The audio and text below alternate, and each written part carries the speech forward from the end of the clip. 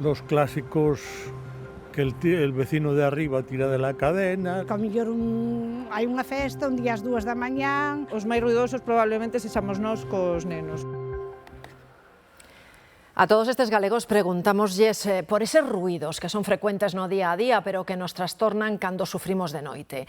Hai ordenanzas municipais que regulan os ruídos nocturnos e ollo, porque se son habituais podemos denuncialos dende a comunidade de veciños. Falando de veciños molestos e ruídos nocturnos, en Santiago a fama levan os estudiantes. Os jueves universitarios hai bastante ruido. Nosotros somos más de dar la lata, pero bueno, a ver, también tienen que entender que somos estudiantes y estamos en una época de hacer ruido. Comprender sí, pero padecelos tamén. A ver, a mellor tes que levantar para traballar, danches 3 da mañán e... Desde luego los ruidos de algunos pisos, bueno, es que retumba la casa. Eso era máis ben hai 30 anos ou así, eran un pouco demasiado ruidosos. Se juntaban en los pisos e tal, pero ahora ni eso tampoco.